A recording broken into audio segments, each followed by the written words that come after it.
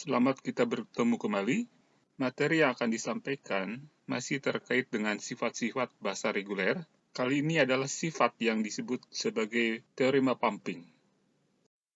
Sebelumnya kita sudah membahas bahasa reguler, mulai dari definisi dan sifat-sifat terkait definisi, sehingga kita bisa mengetahui suatu bahasa itu adalah reguler ketika memenuhi definisi tersebut.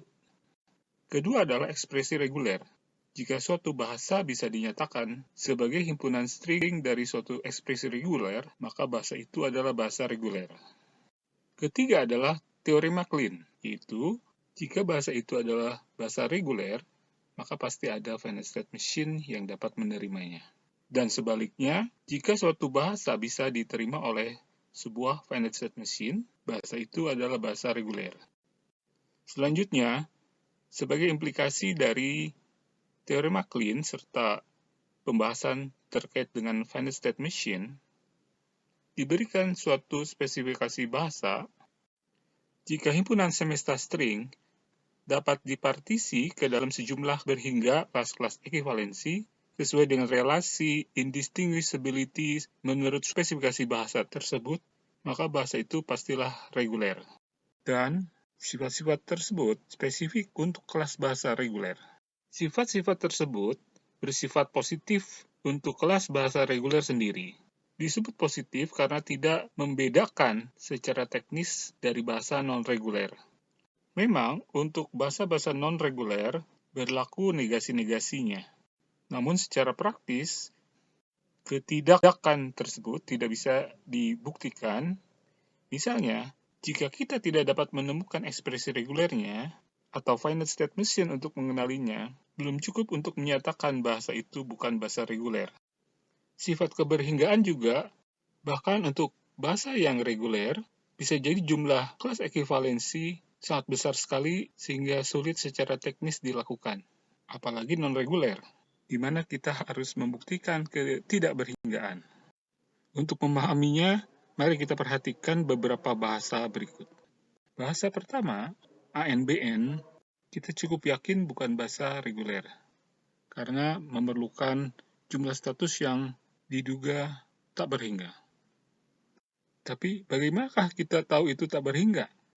Harus dicoba sampai memang terbukti tak berhingga. Sama halnya dengan bahasa yang kedua, palindrom, secara intuitif juga bisa dirasakan itu bukan bahasa reguler. Tapi tetap dengan sifat-sifat tadi, hal ini tidak bisa dibuktikan. Dengan deskripsi yang jauh lebih rumit lagi, seperti pada bahasa yang ketiga, kita malah tidak yakin ini bahasa reguler atau non-reguler. Jadi kita perlu alat bukti lain untuk menunjukkan suatu bahasa non-reguler adalah benar-benar non-reguler. Sifat atau alat pembuktian itu adalah teorema pumping, yang dikenal juga dengan nama pumping lemma di beberapa referensi yang lebih tua. Penulis buku teks kita, Ellen Rich, lebih menyukai menyebutnya sebagai teorema karena dianggap bisa mempunyai impact dibandingkan sebuah lemma. Sebenarnya ada dua versi teorema pumping untuk bahasa reguler dan teorema pumping untuk bahasa lainnya. Yang kita bahas saat ini tentu teorema pumping untuk bahasa reguler. Teorema pumping untuk bahasa reguler bersifat spesifik untuk bahasa reguler, tapi tidak seperti sifat-sifat yang telah disebutkan sebelumnya. Untuk bahasa non-reguler, teorema pumping dapat digunakan untuk disproving, yaitu dengan prinsip proving by contradiction. Maka kita mulai dengan asumsi bahwa L adalah reguler, kemudian asumsi itu mempunyai implikasi terjadinya kontradiksi yang pada akhirnya dapat menunjukkan bahwa L tidak memenuhi sifat ini, sehingga dapat disimpulkan bahasa yang diberikan bukan bahasa reguler. Sementara kalau bahasa itu adalah reguler, maka akan selalu memenuhi sifat pumping. Teorema pumping berasal dari suatu observasi pada bahasa reguler sebagai berikut. Ingat teorema Klein yang menyatakan L adalah bahasa reguler jika dan hanya jika ada finite state machine yang dapat menerimanya. Oh iya, bahasa yang sedang kita diskusikan adalah bahasa yang tak berhingga. Karena kalau berhingga sudah pasti adalah bahasa reguler. Sekarang, bagaimana mungkin sebuah bahasa yang tak berhingga dapat diterima oleh suatu mesin dengan jumlah status berhingga? Mengapa? Mengapa? Ya, karena terdapat siklus di dalam diagram mesin, sehingga jika jumlah status adalah K, dan string yang dikenali panjangnya lebih atau sama dengan K, dalam proses komputasi string ini, pastilah melalui siklus, sekurangnya 1 kali. Masih ingat prinsip pigeonhole? Supaya Anda bisa membayangkannya, perhatikan gambar berikut. Sebuah mesin yang di dalamnya terdapat 5 status, tapi bisa menerima string yang panjangnya 5. Maka tentu komputasinya menjalani safe loop di status yang ketiga. Dan substring yang membuat mesin melintasi siklus, dalam hal ini adalah B, adalah bagian yang bersifat replikatif, namun dengan replikasi pun, tetaplah string-string tersebut akan diterima oleh mesin. Dalam suatu finite state machine untuk menerima bahasa yang tak berhingga, banyaknya siklus yang berbeda dalam diagram, bisa saja lebih dari 1. Tapi kita fokus pada sebuah siklus saja. Secara umum, jika suatu string W berasal dari bahasa reguler L, dan panjang dari W lebih besar sama dengan K, yaitu jumlah status dalam mesin yang menerima L, maka di dalam W, pastilah ada substring yang bersifat replikatif, yang bersama prefiks X dan sufiks Z, dan Y bisa direplikasi sebanyak Q kali, dengan Q lebih besar sama dengan 0, string yang terbentuk tetap anggota dari L. Nah, jadi Anda sekarang sudah mengerti nama pumping itu berasal dari mana. Itu ada substring Y yang bisa direplikasi atau dipompa dan tetap string anggota bahasa tersebut. Mungkin kini Anda bertanya, untuk apa observasi tersebut dibahas? Dengan adanya finite state machine, maka masalahnya sudah selesai, bahasa tersebut adalah bahasa reguler. Anda benar, tapi kita belum selesai. Sifat tersebut tidak dimiliki oleh bahasa-bahasa yang tidak reguler. Misalkan, kita diberikan sebuah bahasa, dan kita tidak tahu seperti apa mesinnya kalau itu kita menduga adalah bahasa reguler. Misalkan, untuk bahasa ANBN, ada seorang yang mengatakan bahwa ia berkeyakinan bahwa itu adalah bahasa reguler. Berarti kemungkinan ada mesin dengan jumlah status K, entah berapakah harga K itu, mungkin sangat besar sekali, tapi pastinya berhingga. Lalu dengan harga K berapapun juga, itu ternyata observasi itu tidak terjadi pada bahasa tersebut, berarti bahasa tersebut bukan bahasa reguler, alias dugaan itu salah. Jadi itu adalah proof by contradiction, dengan pertama mengasumsikan bahasa itu adalah bahasa reguler, dengan mencari suatu sedemikian rupa, sehingga untuk semua kemungkinan substring Y, observasi semacam itu tidak terjadi. Jika pada observasi tadi, terkait pada suatu bahasa reguler L, kita bicara tentang mesin dengan jumlah status K, di sini kita bicara tentang suatu harga K, ya pokoknya terdapat suatu bilangan K yang lebih besar sama dengan 1, maka setiap string W anggota L yang panjangnya lebih besar sama dengan K akan selalu terdapat sekurangnya 1 cara partisi W ke dalam substring XYZ, panjang XY lebih kecil sama dengan K, dan Y bukan string kosong, replikasi atau pumping substring Y dengan Q untuk berapapun harga Q itu, menghasilkan string-string yang selalu adalah anggota L. Dengan melepaskan konotasi K dari jumlah status dari mesin, menjadi sekadar sebuah bilangan tentang bahasa-bahasa reguler, menjadikannya sifat yang lebih umum tanpa perlu kita pusing dengan keberadaan mesinnya.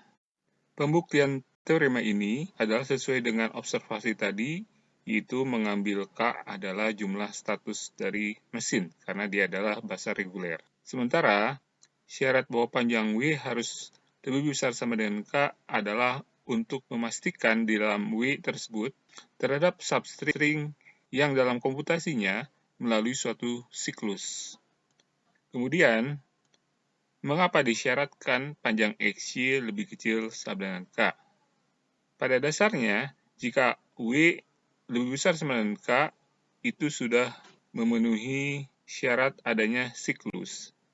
XY yang panjangnya kurang atau sama dengan K menyatakan komputasi W sudah mengalami siklus di dalam K simbol atau kurang pertama. Kemudian, mengapa Y itu tidak boleh epsilon atau panjangnya lebih besar sama dengan 1? Karena konteks mesin kita adalah mesin deterministik, tidak ada transisi epsilon, maka tidak boleh ada siklus epsilon. Syarat-syarat ini mencegah bahasa non-reguler dapat memenuhi teorema pumping. Karena tujuan teorema pumping adalah untuk membuktikan bahwa suatu bahasa non-reguler adalah non-reguler, maka yang digunakan adalah negasinya. Perhatikan highlight teorema pumping berikut ini. L bahasa reguler, jika dan hanya jika, untuk suatu K, setiap W, kemudian ada suatu partisi X, Y, Z, lalu untuk setiap Q, sehingga sifat pumping terpenuhi. Dan negasinya, L bukan reguler karena untuk setiap K, ada suatu W untuk semua partisi X, Y, Z, ada suatu Q di mana sifat pumping gagal terpenuhi. Jadi saat digunakan nanti untuk bahasa non-reguler, maka K adalah suatu variabel generik K, artinya semua harga asalkan lebih besar sama dengan 1. Kita mencari suatu W yang memenuhi syarat, sekaligus juga dapat mencapai tujuan kita. Karena tidak semua W, walaupun memenuhi syarat, dapat digunakan. Berikutnya adalah partisi XYZ harus mengcover semua kemungkinan yang bisa dilakukan. Tentunya tidak dengan memeriksa instan demi instan, tapi berdasarkan pola-pola kemungkinan tersebut. Dan terakhir, Q cukup dengan menunjukkan satu Q saja. Sekarang mari kita menerapkan teorema pumping untuk memeriksa bahasa ANBN. Jadi proof by contradiction-nya dimulai dari statement apabila L adalah reguler, seharusnya terdapat suatu K. Sehingga setiap string W yang panjangnya lebih besar sama dengan K akan memenuhi kondisi-kondisi dalam teorema pumping. Untuk menemukan kontradiksi, maka kita harus memilih string W sedemikian rupa yang mengarah pada kegagalan memenuhi sifat teorema pumping. K adalah bilangan generik, maka stringnya agar memenuhi syarat panjang string W lebih besar sama dengan K, maka W harus dinyatakan juga dalam K. Kita coba W sama dengan A replikasi K, B replikasi K. Atau supaya gampang penyebutannya, kita sebut AKBK. Yang panjangnya 2K, memenuhi syarat bahwa itu harus lebih besar sama dengan K.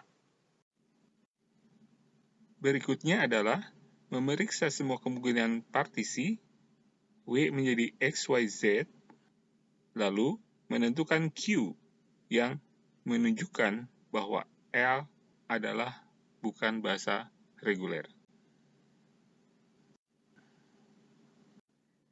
Setiap kemungkinan maksudnya bukan setiap instan kemungkinan, karena itu pasti banyak sekali. Tapi pola-pola dari kemungkinan-kemungkinan tersebut.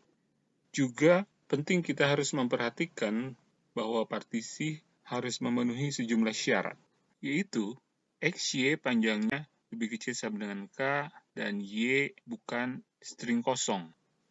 Karena XY lebih kecil sama dengan K, maka XY hanya berisikan simbol-simbol A.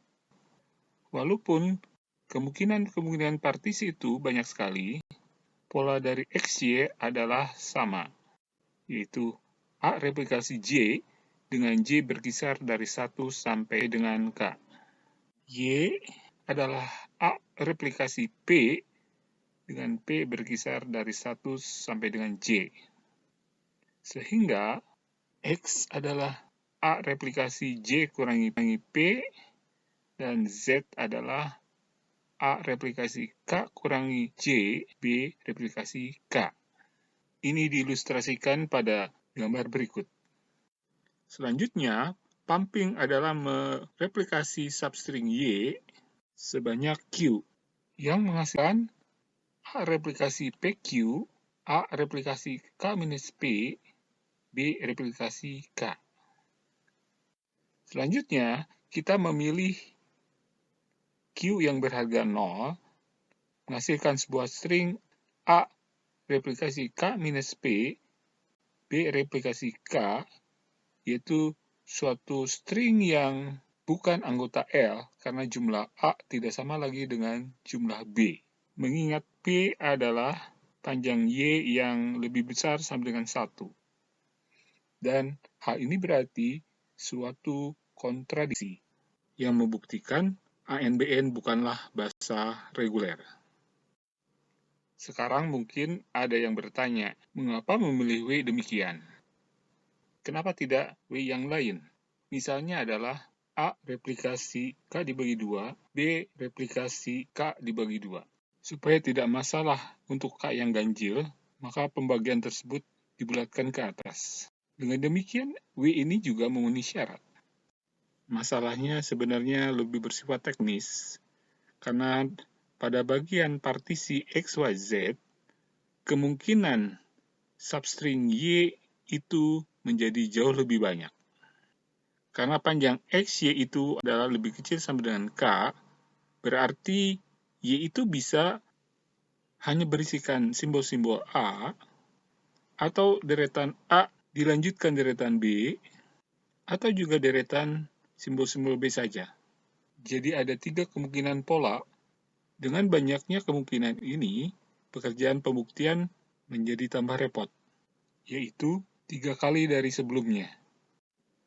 Walaupun setiap kasus berakhir pada terjadinya kontradiksi.